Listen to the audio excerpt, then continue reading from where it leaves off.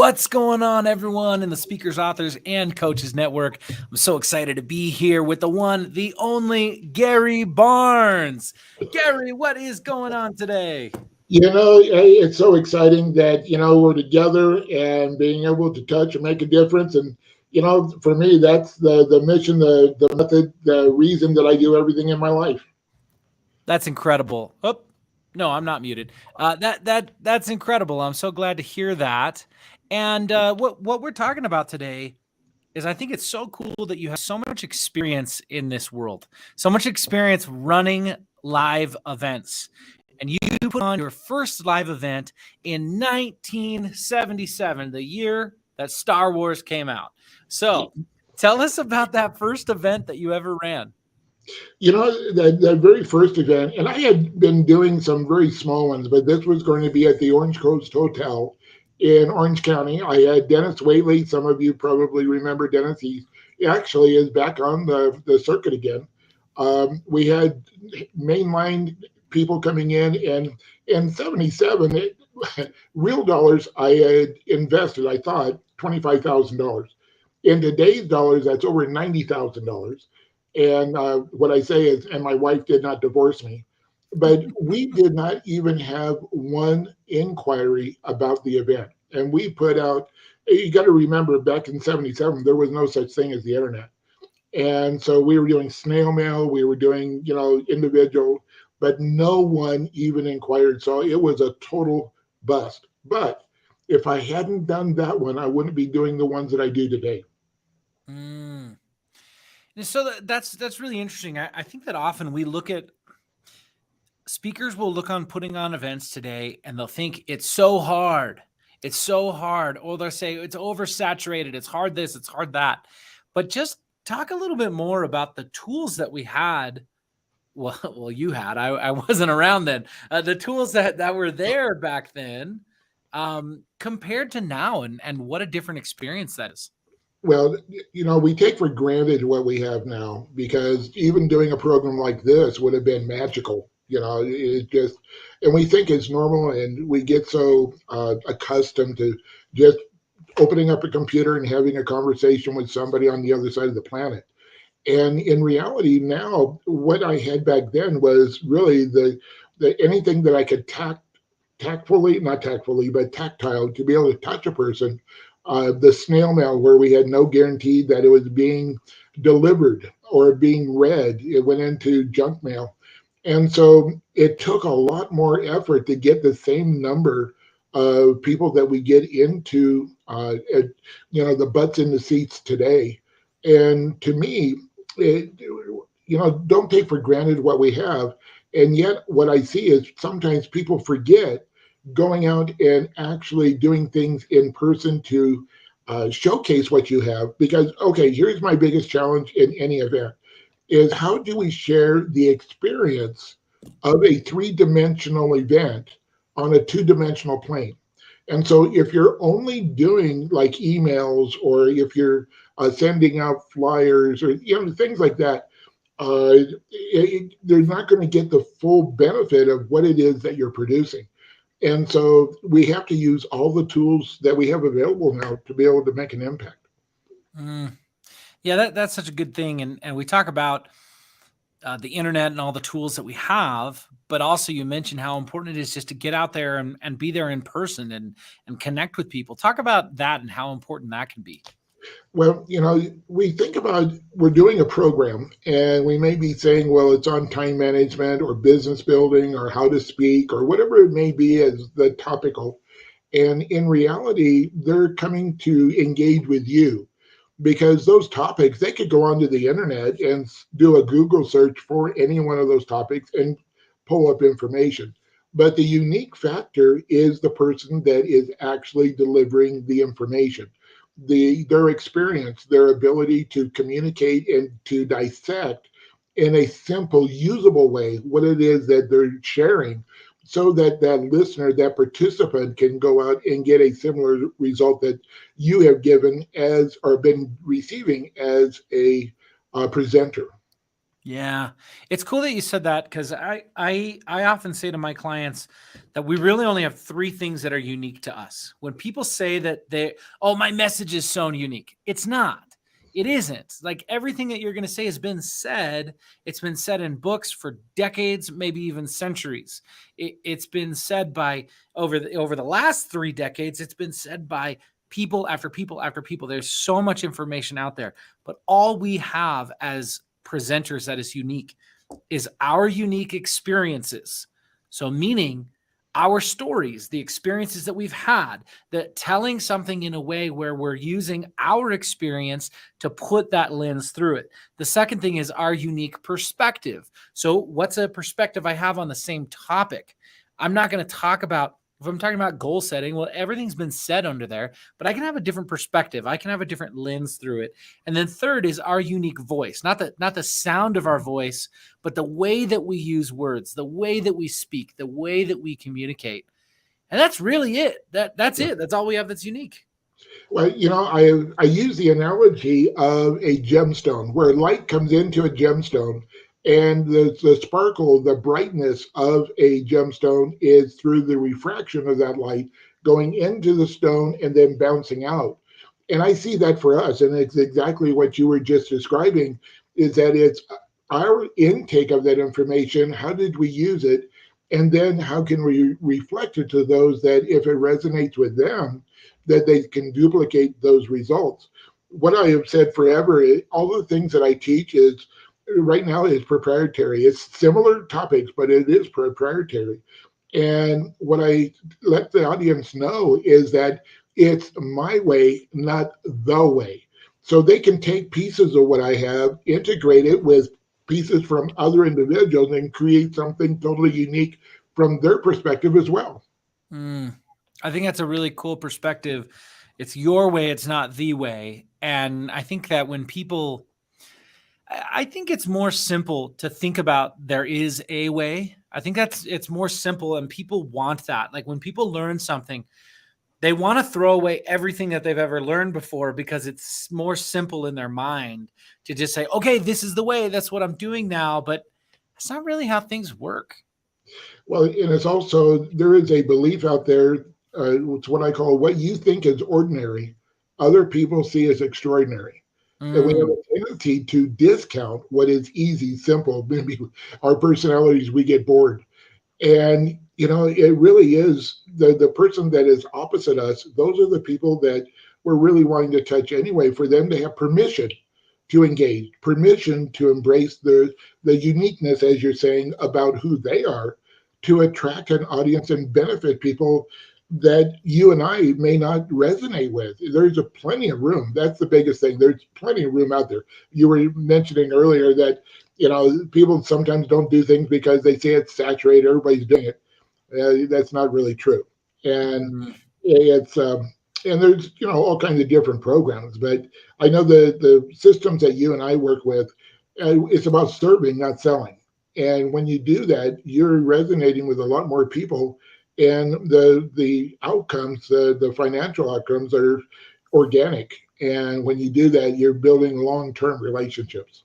I love that. I think that's so great. So you did your first seminar in 1977. What now? Tell us about your experience with events. Like we'll get into what you've been doing in your current iteration, but what happened after that? After you did your first event, $90,000, well, equivalent to what was it in 1977 money? 25,000. 25,000, but with inflation, that's equal to $90,000. And you put that money up. You did that. What happened immediately afterwards? Well, Disappointed? I'll never do this again. What was the mindset? my mindset was, what did I learn from it? Mm, As I think back on that, is what did work, what didn't work. One of the things that worked was people that I looked up, like Dennis, or looked up to, like Dennis Waitley, said yes to me. People were willing to engage with me where I did not have a track record, and to be able to forgive me for they saw what we did. They saw that we put everything into it. We did all the right things. It just didn't work. And so then I was looking at what it is that really was the public. What was it that they were wanting? And what it was teaching me is to listen to the public, not to decide what the public needed, but what the public desired. And during that same time, I was offered. I went on the seminar circuit with a organization, and they put me in cities all over the country. And that was one of the that was really where I learned that it was more about speaking is more about listening than it is about talking. And the J. Paul Getty, find a need and fill it. It is that genuine connectedness to be able to say, this is what I think you need, but what is it that you want? And inside that process, I call it sell the sizzle, provide the steak. Mm. People engage out of emotion, but it's the logic where the real content and the benefit is when they embrace it. But our society doesn't go that way. They really want that sizzle. Yeah, totally. So you said then you got involved with an organization and started speaking at events all over the country. Tell us about that. It was throwing me into the fire because we'd go in. It was in the beginning of the no money down real estate transactions. And I had real estate. I was I had rental properties. And so that's something else is, when you're doing events, I think it's the utmost critical element of is you're teaching and sharing things that you have done and are still doing it. Mm. It's not something you did 20 years ago or something you read a book and decided that, hey, this is a great piece of information. I'm going to go out and do it.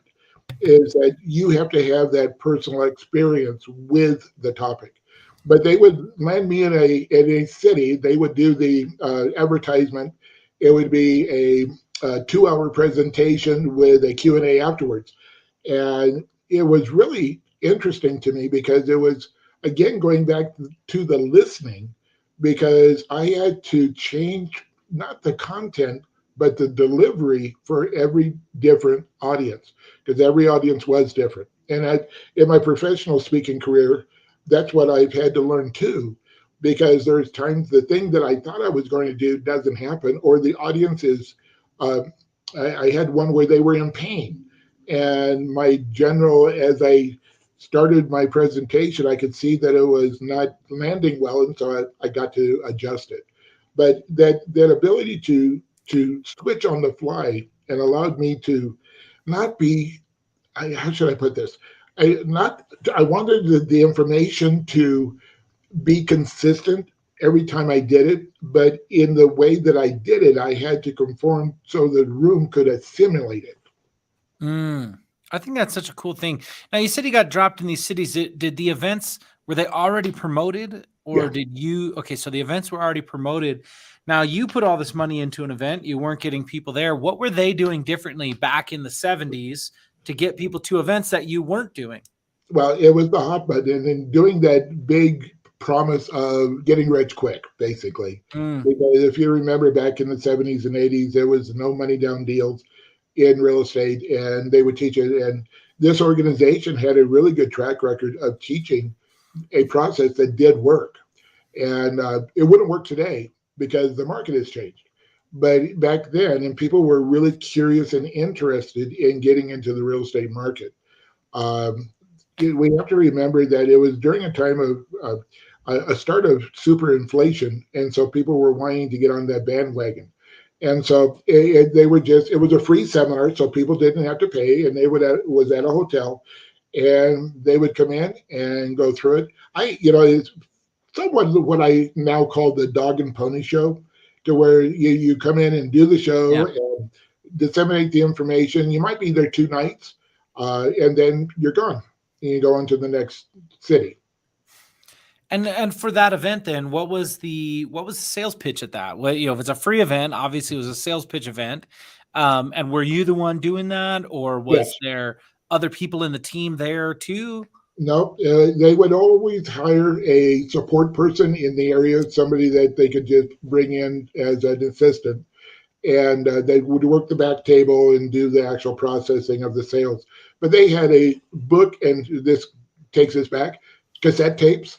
So it was tapes and books, and it was a package. And Mm, even back then, it was $500 for yeah. this package. and we'd go in and they'd have those materials sitting, waiting at the hotel.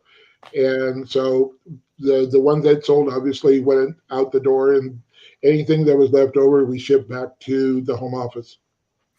So if you said that, okay, so $500, and you said that $90,000 was, you put 25,000, that was equivalent to 90,000. So I'm just doing some simple math. We're talking about that product was almost about 10,000, maybe eight Yeah, or nine is what eight, the probably equivalent. about eight.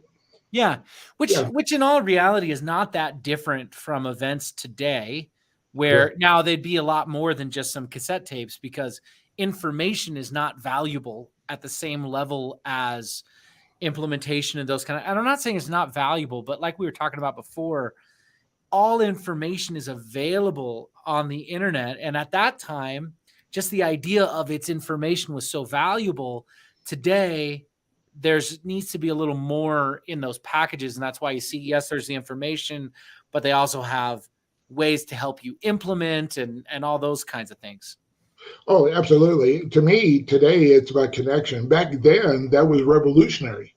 Nobody was doing it. It was like you could maybe go to the library, but it was such a new concept in the industry. There was really not a lot of people out there doing it, and so it had somewhat of a exclusive feeling to it, and so that's why it resonated. And Mm, again, going out and doing it today, I know there's people doing similar things, uh, but I don't think it works really well, and it's transactional. That's the thing I also learned in doing these that I did not enjoy. It was transactional, not relational, and mm. it was selling, not sharing. And so I have really eliminated the word selling out of my trainings and teaching, and for me, because I open the door and allow people to see what's inside, but they have to walk through to engage. So it's not a coercion. It's not that old barker standing on the street corner saying, "Come on in. There's something good on the inside." And so it showed me what I didn't like and what I didn't want to do for the rest of my life. So it evolved. Yeah, that's very interesting. So after that, how did your life and seminars keep going? I know you were running your financial business at the same time, but did you keep running seminars? Did you keep I guess let's get into the 80s and 90s and what you did during that time, because I think it's so fascinating to to be in this industry for this long. You get to see how trends change. You get to see how things change over time, and I think that's a really cool thing. Oh, it is. And, it starts making me a little bit tired thinking about all those years, but because I'm only 40, so give me, um, Right. when I Totally. was doing, when I was doing the real estate seminars, I was in real estate. I was a broker. And Okay. one of the things that I saw in the industry was people were, because of the high appreciation, we had $1,000 a week appreciation in Southern California, and a week with the average price home at $30,000. So Wow. percentage wise, it was just unbelievable. And so I saw that there was a need for something more as a long term plan, and created one of the very first financial planning firms in the country. And so in doing that, then I started doing educational seminars and just the relationship programs, as well as doing events for my clients. I built one of the largest financial planning firms in production. I was in the top 3% just because of the relationships, and I would have um, events that were just saying thank you. They were, where people would come together. It really wasn't a presentation, but it was a connection. And I started really, that's when I was really fine tuning for me that any presentation was about a relationship and an experience, not so much. You have to have good content. The content is the glue, but the longevity and the sizzle to bring them in is really the experience and who you are. Yeah, that makes sense. How valuable do you think that local how valuable do you think putting on seminars for a local businesses? Because that's what I'm hearing that you were doing in that time was you had your event or you had your business, you put on these local seminars and it brings people in. I think that speaking, we so many of us are quote unquote speakers or coaches or that kind of thing, but I think that those who have a traditional brick and mortar business they can learn so much and they can get so much value and benefit out of also putting on these as a marketing tool. Oh, absolutely. There's a concept that I teach. It's one of my Garyisms is launch and adjust. And also the concept of celebrity, not how am I better than, but how am I different from? And doing the local events, particularly if you're in an industry or you have a brick and mortar store that traditionally doesn't do events, putting on an event, even if it's just a thank you event or a community event, sometimes it can be a combination where you're connecting with other organizations in the community as a sponsor. And because of that, you are promoting and you normally will get a chance to speak at the event as well, but people want to get to see you and know you. Forever, people have said they want to do business with people they know, like, and trust. And the neat thing about doing events when you're on stage is that you're the one that is more of the target.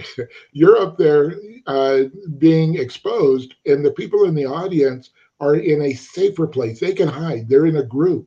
And so I talk about, when you're on stage, you're showcasing, you're letting people to see who you are, because the first time anyone engages with any business, I believe, they don't buy, they're not doing it because the product or service or whatever.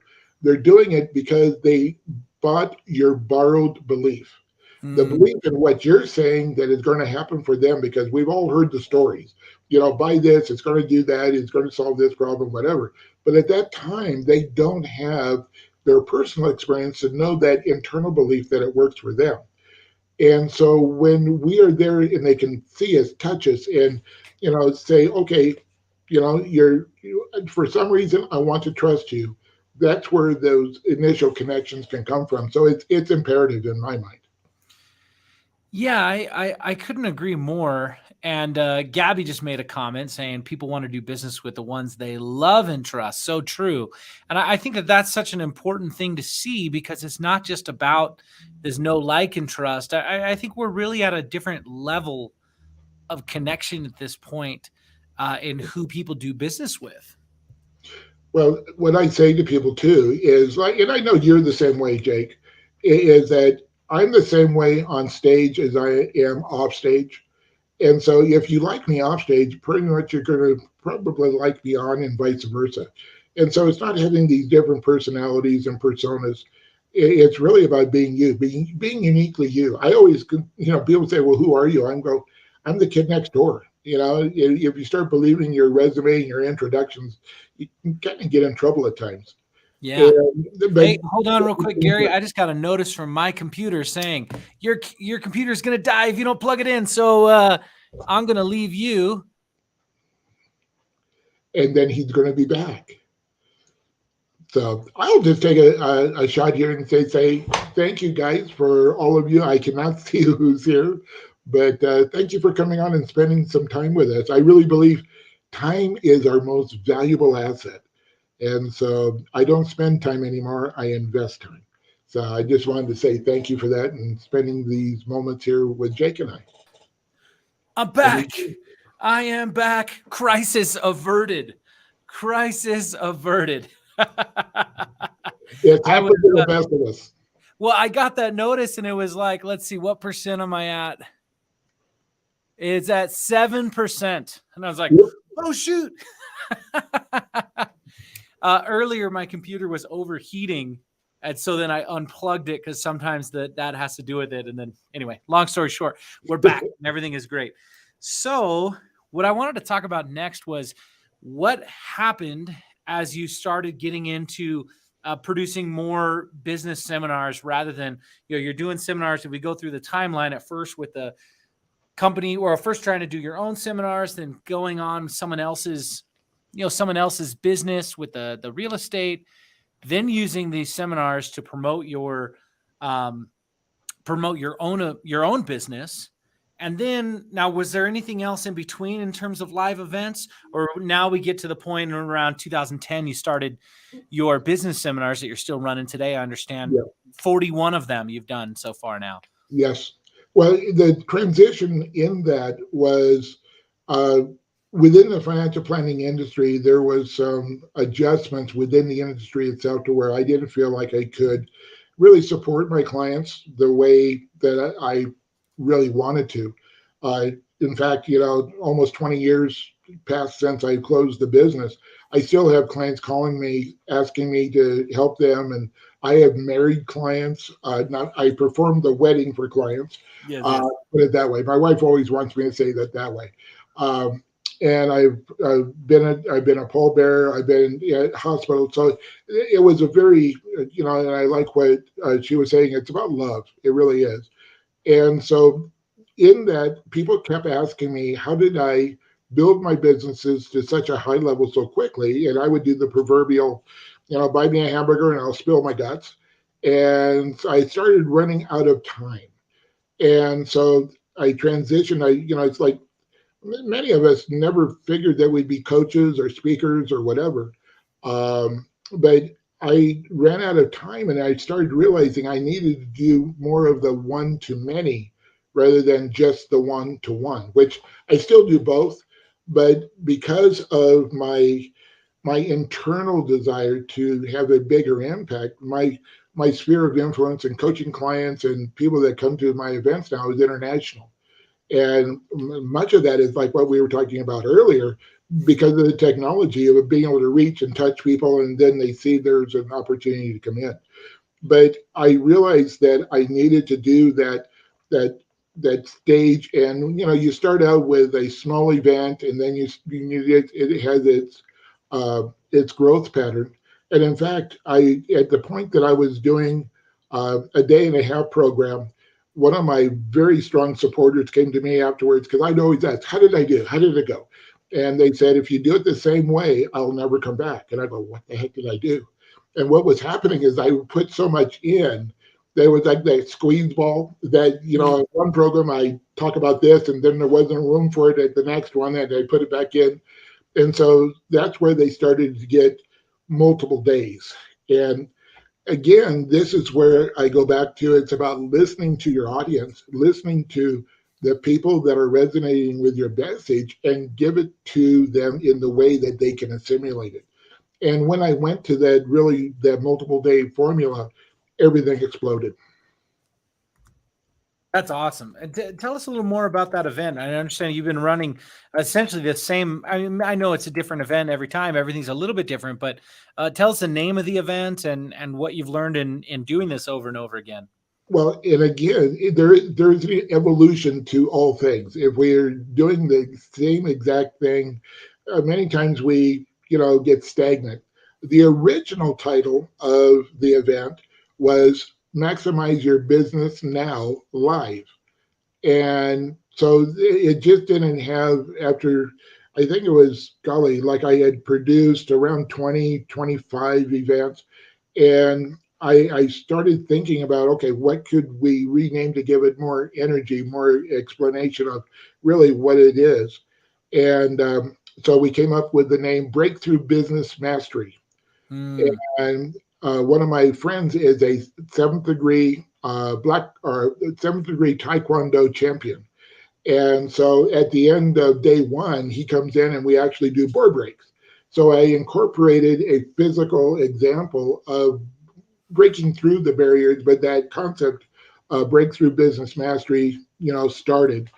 And yes, the next one is number 41. I had a coach that said you need to do one every quarter. And I'm going, oh, golly. And for anybody that's ever done events, it's not something that, it's a lot of work, but it's worth it. Um, and then I realized I was wearing people out. And so then I went down to 3 times a year. And then for many years, I did it twice a year. And this year is the first year we've gone down to just one event. And it's a 4 day event and it's full of content. And that's the thing that I think is really important for anybody that's considering doing an event is allowing people. And while you were gone, I don't know if you could hear me. I I did, yeah. said, going back to the most valuable asset we all have is our time. And I tell people at the beginning of my event is that I want you to, if I never meet you ever again, see you on this planet, is to be able to have you implement something that's going to enhance your life and your business on Monday morning. That's my goal. And so it really is a, a kind of a energy infusing of people, but it's with information that they can use, like what you had mentioned not too long ago. Yeah. I think that's such a cool thing. In hosting all of these events, what has changed over the years? You do 41 of them. Obviously, you're getting better and changing and shifting. What are some of those things that you've done that have improved? And I ask that because if someone's at event one, it's like, well, why not learn from someone who's done 41 of them and kind of things that they learn? I mean, you already shared one thing there is that sometimes we think that more is better, Yeah. and that's not always true. In fact, sometimes, I've done some events where I've just, fire hose of information, and at the end, you can just see the look on people's eyes where they're just done. They're not learning anything anymore. And so sometimes less is more, or it needs to be expanded and those kind of things. What are some of the other things that you've learned through doing this? The word experience is giving them an experience. And I've had people come back over 25 times to the same event, basically. But they're coming now because the relationships that they built in the room, it becomes somewhat of a family reunion. But the other thing is there's the three different ways that people take in information: the auditory, visual, and kinesthetic. And so I have created over the years a process that allows people to engage no matter what we have. Because a lot of programs is pretty much just auditory, to Yeah. where you're taking notes, and that goes back to schooling. But when you start putting in visuals, you're putting in videos, you're putting in exercises, you're giving enough time for people to interact in the room, then you're really allowing the time to go by very quickly. The thing that I've also, over well, we have an education day on day one, and then the next 3 days, I'm speaking over 20 hours over the Mm, 3 days. And you know what that's like on somebody's voice. of And course. so we have to have that cadence and also that interaction, because there's a lot of the elements that I put in where I'm in the audience and we're interacting. We call them ahas. And so we bring them back and they're able to apply. And also, I'm able to connect people within the room. So it's very energetic. And where people say, golly, it's a long time to be at a place. And then when we get on to Sunday afternoon, they go, where did the time go? It went so fast. And so that's what I look for, is how to create and craft the experience to where people can really engage and not get just worn out and sit there and take notes and not know what to do with them. So that Mm, engagement is something that it's like we give out a green aha sheet. And I say, how many of you have gone to a program and you take all these notes and you know you're going to implement, you take that notebook and you put it on the shelf, and that's where it stays. It becomes shelf help, right? We've all done it. And so we take these green sheets. I go, when you get that little nugget, that's something that just really hits you as being something really valuable for you, write it down on the green sheet. And that green sheet, then, when you leave the event, that notebook probably is going to the shelf, but you can take that green sheet and choose one thing to implement in the next 7 days. And so we really encourage inside the process of how to use the information, not to make them tied to us as the implementation. If people want to engage us as coaches, as trainers, whatever, that's great. But realizing that most people are not either ready or you're not the right fit. So I want them to really be able to go and get the utilization out of what we're doing, so they can benefit from the investment, not spending, but the investment of time, energy, and money to be at the event. love it. How important do you think live events are? We've gone in this world where it's been so much virtual over the last couple of years, and I think that's such a benefit. I don't think that's ever going away now. We've shifted, we've changed, and we've advanced. I think we've had 10 years of advancements in the virtual world um, over the Into last 2 years. I mean, just even look at the way that this is set up. Like just the way that this is set up. I know that this existed before, but I didn't know how to do it. I didn't know all that. I didn't know that stuff. I didn't, because I didn't value it at the same level. That's a whole different story. But now that live events are coming back, why, in your opinion, is it important to go back to attending live events and not just choosing the virtual options all the time? The word that I was hearing in my head was attention. Mm, Because when we're on a virtual stage, there's the people that are in the audience have all the distraction around them. You're not getting that real experience of being in the room with the music, with people, the interaction. And so we have a tendency to have competition of what's going on around us wherever we're watching from a virtual stage. And one of the things I committed to, and there was an investment on my part because we were not breaking even by any means. But during the last couple of years, I would do a hybrid. I still did the live events where we could have 50 people in a 1,400-foot ballroom. And it was like you could shoot a cannon and nothing was happening. And there was no energy in the room. People were 6 feet apart. And so, but I still did it. And the thing that people came up to me and said is thank you. They were missing the human touch. And there's from what my experience has been, and I'm guessing yours, is there's as much benefit with the meeting after the meeting or at breaks or at lunch where you're able to really have those start of a conversation that could lead to a relationship. It might even connect to business, but it doesn't have to. But it's the experience that we lose when we do it on the virtual. And we would do hybrid. We'd have the virtual people on there as well because we didn't want to leave them out. But yeah, now we're going back to just fully live in person. yeah, I think that you bring up a good point. I've been surprised at how much I have learned in virtual events in terms of information, because I didn't really think that it was going to be as much. I didn't think it was going to be as much. And I felt like, in all honesty, in virtual events that I've attended, I've even attended some that I've done both live and in person experience. And I, maybe this is high, but I feel like you're still retaining 80 Oh, to 90% of the information. But what you're not getting is that connection with people. You're not getting the time in the hallways. You're not getting the lunches. You're not getting the dinners. You're not getting the connection. And that's why I think live events are so important.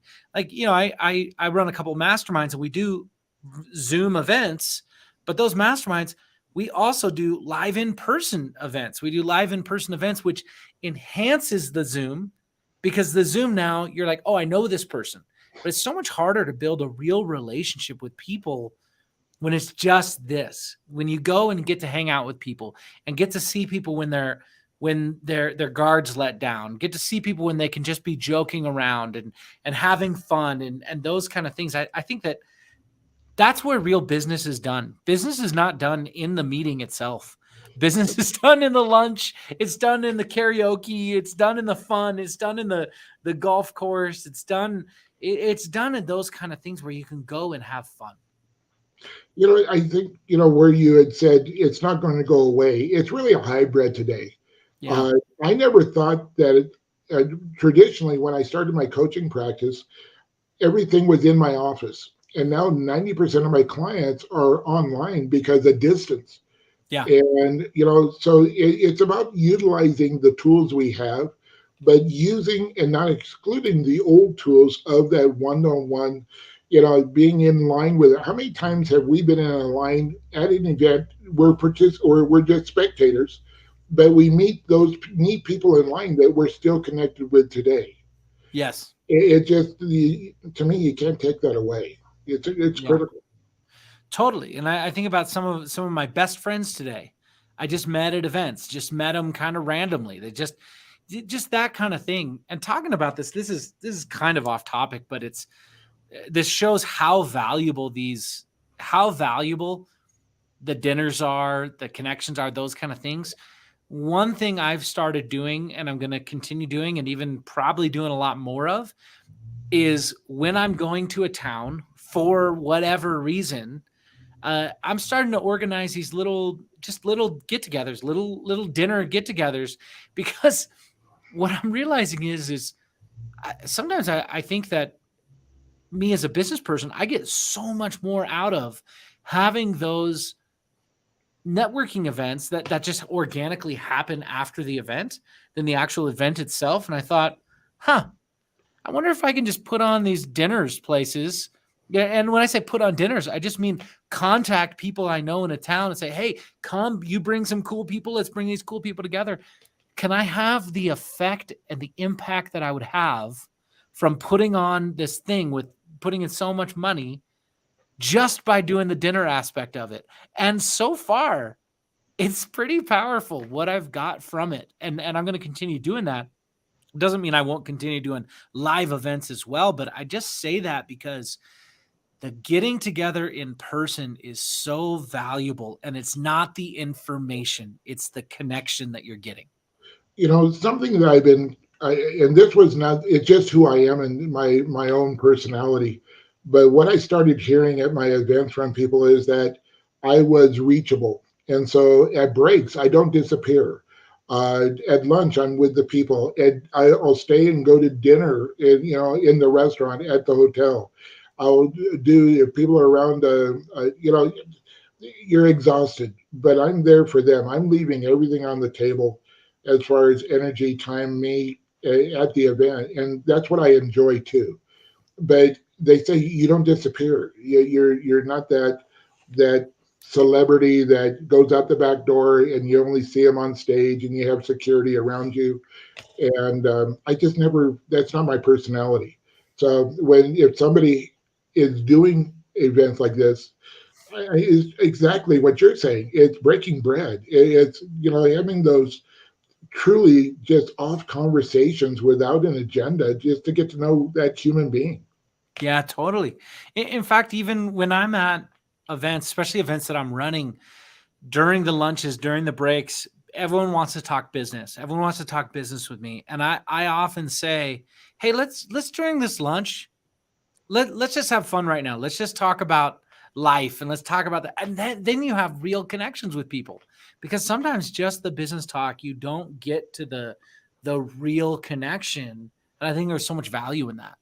One of the philosophies that I have lived my life by is from Will Rogers, who was a humorist in the 20s, and he said, "There are no strangers, just friends that I have not met yet." Yes. And so my agenda on breaks and at dinner or whatever time that I have that's down is I want to know their story. I want to know the story behind the story. I don't necessarily want to know. It's okay for them to tell me what they do and whatever, but I want to know what got them here. What is their motivation? What is their struggle? What was the adversity that they went through? And when people really know that you want to know them, not just to know about what they do, Right. you'll most of the time you're going to get information more than you were wanting. This some of it could even be TMI. It's just like, but when you get behind the veneer, then you can make those connections that will last a very long time. Yeah. I think that's really true, because it's something that shocks people, because I ask people all the time, so tell me about yourself. And then they start saying, well, this is what I do. And I go, no, no, no. I want to hear about your business later. Tell me about you. Do you have any hobbies? What do you like to do for fun? Do you have kids? Tell me about you as a human. And they go, oh, okay. No one has ever asked me that. People don't ask those questions. A Yeah. couple more questions. I want to respect your time. You were talking about sales versus relationships, and you mentioned earlier that you have found that when you focus on relationships, you're actually not only able to make the sales, but making more sales than you would if you were focusing on the sales. Tell us a little bit about your philosophy there, and how someone who might be afraid of sales really doesn't need to be, because they can focus on those relationships. Well, the question I ask audiences all the time is, do you like to be sold to? And pretty unanimously, they don't. And so I created a structure now that I teach. It's the three keys for success in any business. And number one is to be seen. If people don't know you're there, it doesn't do anyone any good. And this is where, if we don't step into our light, that celebrity light, the only thing that will happen is it will go out. I can't steal your light. You cannot take mine. I can't even give you my light. But it's a uniqueness that we've been talking about. What is it that we're different? What's our message? And so that's the first key. The second key is where you were just talking about, and that is to be safe. SAFE. And I don't know anyone else that's teaching this in this way. And what I mean by that is when I engage with someone, and like even right now, for us doing this, I have no agenda as far as a sales or an end result in any product or service. It's about connection. I love what you do. I love who you are, and to be of service. So it's to be able to have that no agenda, and then people, because of that, and it's so unique, you become a people magnet. People are seeing that you can be safe and they can come towards you without that hidden ickiness around it. And the third thing is to be relevant, and that's where again we were talking about it earlier, is not only have a product or service that's needed, but concurrently, is it desired? And when you Mm. have these three things, then you truly become that people magnet. You're allowing people to come in, to go out. There's no hook involved. And when we do this, we're truly sharing our passion, our mission, our ability to make a difference in certain people's lives. Not everyone, but because of that, opportunities really just show up. Over the years, over the last 4 or 5 years, I've I speak somewhere between 40 plus times a year, 50 at the top, maybe 60, 65 times. And in the last 4 or 5 years, I think I've asked for one of those talks. This week, I've had two talks, three talks come to me. And that's because you build this trust relationship within the industry, or people hear about you, they refer you, but it didn't start that way. You go out and you get that ability to serve and to start wherever. And this just occurred to me, Jake. I think one of the big mistakes people do is what I did at the very beginning, that very first one. I went all out. I got name line.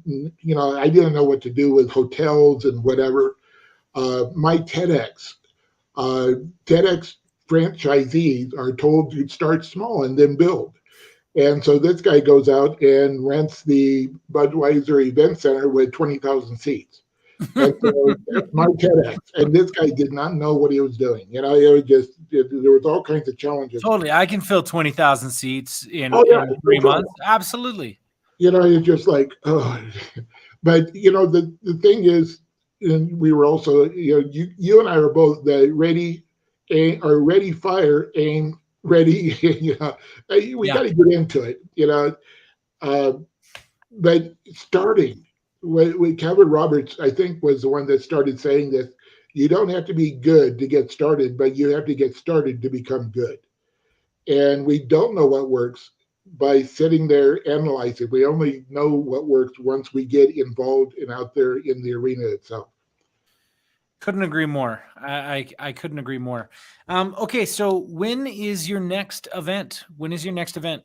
It's coming up in September 22, 23, 24, and 25. And it's here in Denver, Colorado.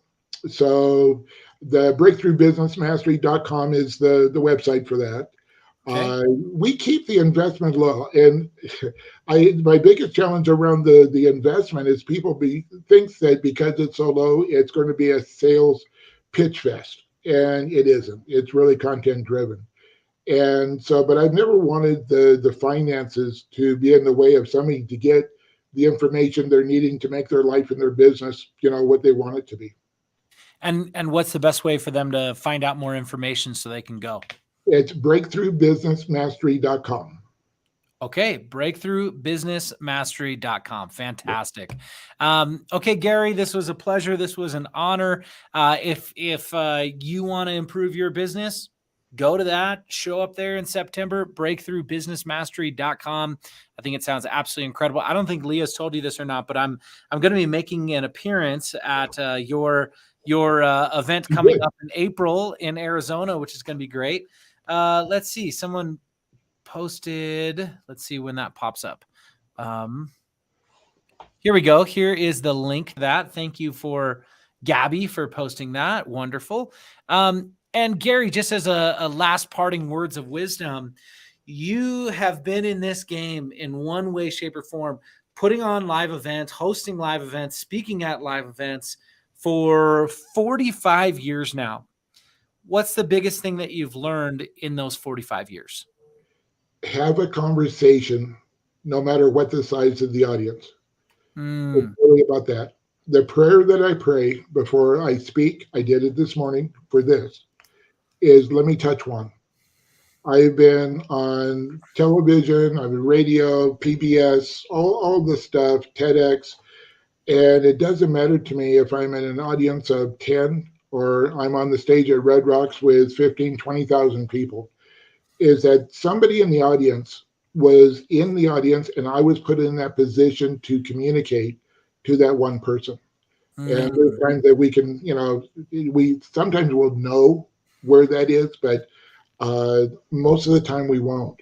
And when we really look at it as I'm having a conversation to make a difference in someone's life, not knowing what it was that I said that will do that, then having permission not to be perfect, but to show up and just be enough. Just be you, because you are enough.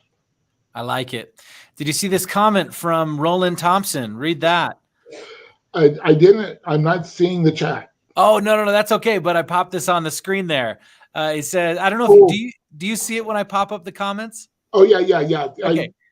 I have a tendency to look at the camera. So yeah, Roland and I go way back. And in fact, Roland is the one that introduced me to you years ago. Oh, okay, And cool. then he introduced me to Leah. And you and I shared the stage at Leah's event 2 years ago when it was all virtual, but you had to Yes. pop in and then pop right back out. Yeah, I was only then there for that brief period of time, but Roland is absolutely amazing. I'm seeing him next week in California, which is going to be awesome. Well, and he's coming in April to the speaker boot camp in Arizona. Perfect. Well, I'll see him there then as well. So, okay, everyone, thank you so much for hanging out. This is Jake Ballentine, host or founder of the Speakers, Authors, and Coaches Network. Thank you so much for hanging out, being here with us. If you're liking these live videos, I'm committed to doing these every Tuesday for the most part. Next week, I'm going to be on an airplane on Tuesday, so I'll pop in a replay. But let me know if you've been enjoying these. If you've been enjoying these interviews. Last week, we had Blake Fly. Week before, Preston Pugmire. Today, we have Gary Barnes.